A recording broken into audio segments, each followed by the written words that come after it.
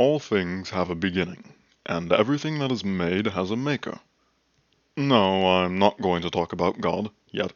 I'm going to dive into another mystery of Diamond Straits. That of its origin.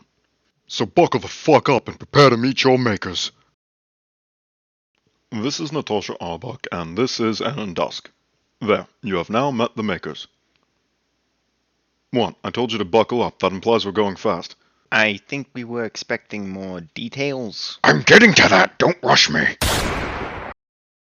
So now that we know their names and faces, the questions arise. Who are they? What did they do? Why did they do it? Are they still around? Are they single? What are their favorite places to go? Their daily habits?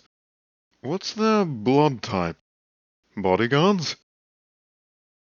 Oh, right, that. Natasha, let's start with her. I do believe we have more information on Nat. Can I call her Nat? Than we do on Erin. So first let's go over her portrait in the security office. Natasha's portrait shows her in a confident, seductive pose with a sneer of superiority and fashionable yet professional attire. White or platinum blonde hair. She kinda looks like a vampire.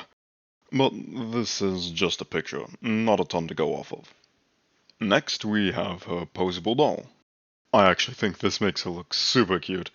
But the description that Employee 20 gives her calls her anything but. There is something odd about the description beyond that, though. She is apparently also a genius. And then there is... Arbok, you soulless bitch! When that tower is in fucking pieces, when you're rotting, you will see my face!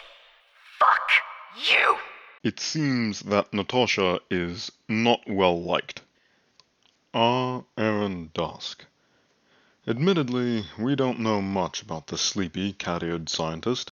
The only real bits of evidence we have on her is her portrait, her posable doll, and a single image of her hugging what appears to be a young and dazed Ari. We'll come back to that image later.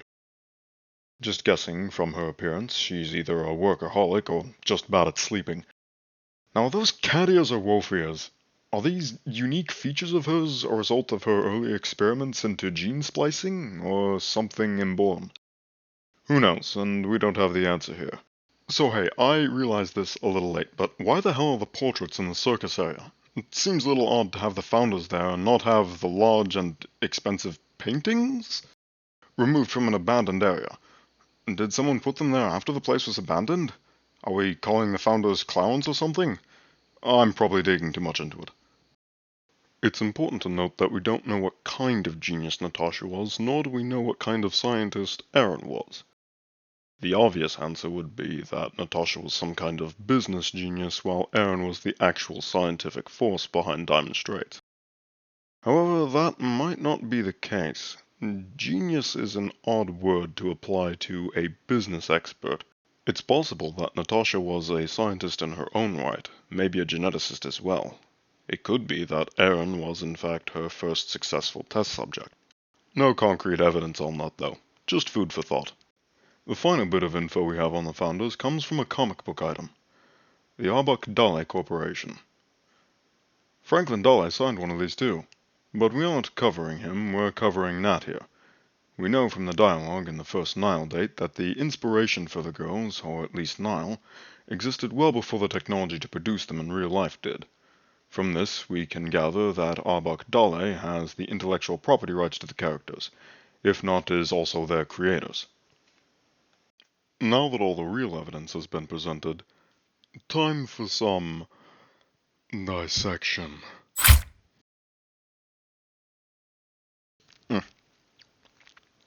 Alright, so something's odd about the whole company, right?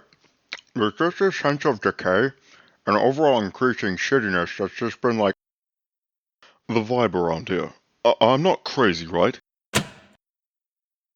I'm not crazy for that though, right? Throughout history, it should be noted that even the most greedy of robber barons cared for something. Their companies. One does not pour blood, sweat, countless dollars, and years, if not decades of time into a thing, only to watch it wither away while you have the power to do something about it. The idea that the founders would just let Diamond Straits fall into this kind of disarray is quite preposterous in my opinion. It leads me to believe that they don't have the power to stop it. What happened on the 12th night of nightclub was nothing short of a narrowly averted crisis and a terror attack. Yet so far there hasn't been an official statement from our dear founders. I do think Poppy said it best. Where is she? Natasha Arbok is missing from this picture, and Dusk is still an unknown. Whatever the fate of this game is, and whoever the players are, the queens are not in play anymore. I know you know. So how about you spill your guts before I do it for you? Alright, I've got your lead. You go down to the grocery store, the one on Baker Street. Bring that knife with you. Go to the front door, turn 18 degrees left, and slice the stuff on the table. And then, you can suck a fat lemon. A funny man. Alright, listen here, you slimeball. Either you tell me what I want to know, or I'll go to your home, find that pretty little wife of yours, and do unspeakable things to her. Okay, leave her out of this. Just one question first. What? Who exactly are you talking to? What? What?